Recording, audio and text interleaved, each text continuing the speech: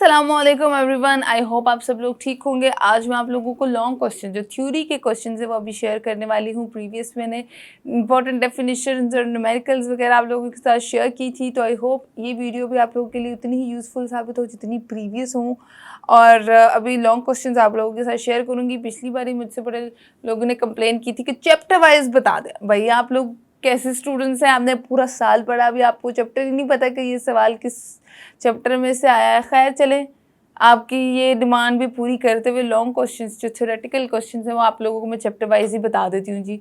तो न्यूमेरिकल्स भी मैंने चैप्टर वाइज आप लोगों के साथ शेयर किए हैं, इवन तो मैंने डेफिनेशंस भी आप लोगों के साथ चैप्टर वाइज शेयर की हैं।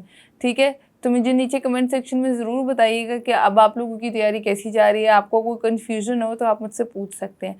तो लॉन्ग क्वेश्चन की तरफ बढ़ते हैं। 11th क्लास फिजिक्स के लॉन्ग क्वेश्चन आप लोगों के साथ शेयर करने लगी हूँ। आप लोग चेक कर सकते हैं इसको, ठीक है, उसको प्रिपेयर करिएगा अच्छे से। चैप्टर नंबर 1 में जो इंपॉर्टेंट लॉन्ग क्वेश्चन है वो देखें। वो आपसे पूछ सकता है कि बेस एंड ड्राइव्ड क्वांटिटीज और उसके ऐसे यूनिट्स लिखें। ये लॉन्ग क्वेश्चन में आ सकता है, ठीक है, तो इसको आप लोगों ने लाजमी देखना है। उसके बाद साइंटिफिक नोटेशन वाला क्वेश्चन भी समटाइम्स लॉन्ग क्वेश्चन में वो दे देता है एग्जामिनर जब उसको मूड हो तो।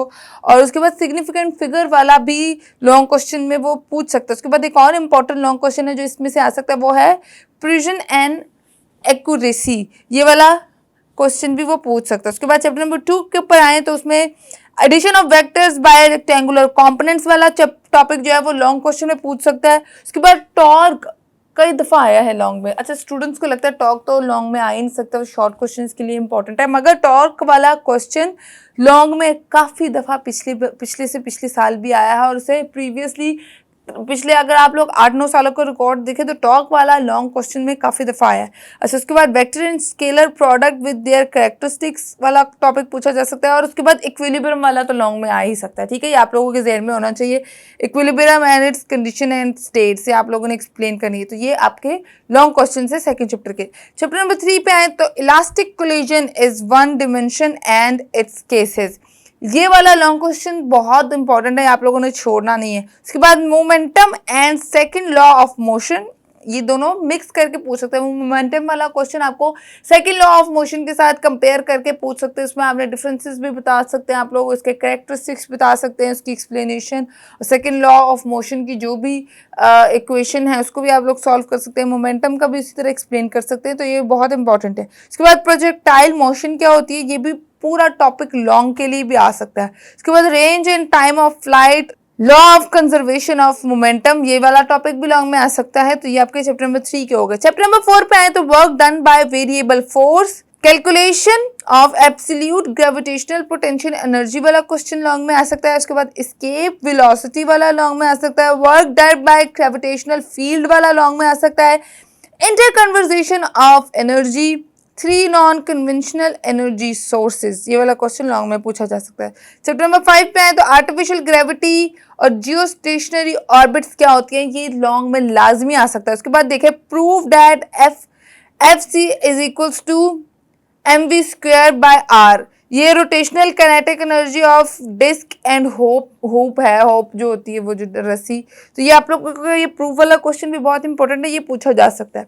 उसके बाद एसएचएम एंड सर्कुलर मोशन क्या होती है, वेलोसिटी एक्सीलरेशन क्या होती है, सिंपल पेंडुलम वाला क्वेश्चन भी लॉन्ग में आ सकता है। Math spring system, phase energy और एनर्जी कंजर्वेशन इन एसएचएम वाला क्वेश्चन भी आप लोगों से लॉन्ग में पूछा जा सकता है। अच्छा, उसके बाद चैप्टर नंबर 8 पे आए तो प्रोडक्शन ऑफ स्टेशनरी वेव्स वाला क्वेश्चन लॉन्ग में आ सकता है। Dependence of speed of sound on factors like temperature, pressure, density etcetera, ये वाला लॉन्ग में आ सकता है टॉपिक। उसके बाद न्यूटन्स फॉर्मूला, उसके बाद बाकी आप लोग डॉपलर्स इफेक्ट भी वाला क्वेश्चन लॉन्ग में आ सकता है जो भी बहुत इंपॉर्टेंट है, बाकी आप लोग अपनी स्क्रीन पे देख सकते हैं। चैप्टर नंबर 9 में देखें यंग्स डबल स्लिट एक्सपेरिमेंट आप लोगों से पूछा जा सकता है, ये कंप्लीट करना है आप लोगों ने। उसके बाद diffraction of X rays by crystals, उसके बाद लास्ट है माइकलसन इंटरफेरोमीटर वाला जो टॉपिक है वो भी आ सकता है। चैप्टर नंबर 10 पे आए, चैप्टर नंबर 10 है कंपाउंड माइक्रोस्कोप के बारे में पूछा जा सकता है, फाइबर ऑप्टिक्स है, टेलीस्कोप है, स्पीड ऑफ लाइट है। ये 4-5 टॉपिक्स हैं जो आपसे लॉन्ग क्वेश्चन में पूछे जा सकते हैं। अच्छा, 11 में लास्ट जो चैप्टर है आपका 11 वाला वो पोस्टुलेट्स ऑफ केएमटी का question and derivation of relation for pressure temperature gas law, ये पूछा जा सकता है। उसके बाद प्रूफ वाला क्वेश्चन आप लोगों से पूछा जा सकता है एंड इट्स एफिशिएंसी भी पूछी जा सकती है। फिर उसके बाद first second law of thermodynamics और एंट्रोपी वाला क्वेश्चन आप लोगों से लॉन्ग में पूछा जा सकता है। तो ये वो क्वेश्चंस हैं जो आपके थ्योरी वाले पार्ट में आएंगे। मतलब लॉन्ग क्वेश्चन भी डिवाइड होकर रहता है ना, एक सेक्शन, एक पार्ट आपका थ्योरी वाला आता है, एक पार्ट आपका न्यूमेरिकल वाला आता है। ये थ्योरी वाले पार्ट्स के इंपॉर्टेंट लॉन्ग क्वेश्चंस थे। न्यूमेरिकल्स में ऑलरेडी शेयर कर चुकी हूँ, अगर किसी ने नहीं देखे तो फिर मैं रिपीट बता रही हूँ, वो चेक कर सकते हैं। सुपर स्टडी चैनल पे सब्सक्राइब कर सकते हैं, वहाँ जाके न्यूमेरिकल्स भी देख सकते हैं। तो आई होप ये वीडियो आप लोगों के लिए यूजफुल साबित हो। थम्स अप करना मत भूलिएगा। मुझे दें इजाजत। अल्लाह हाफिज़।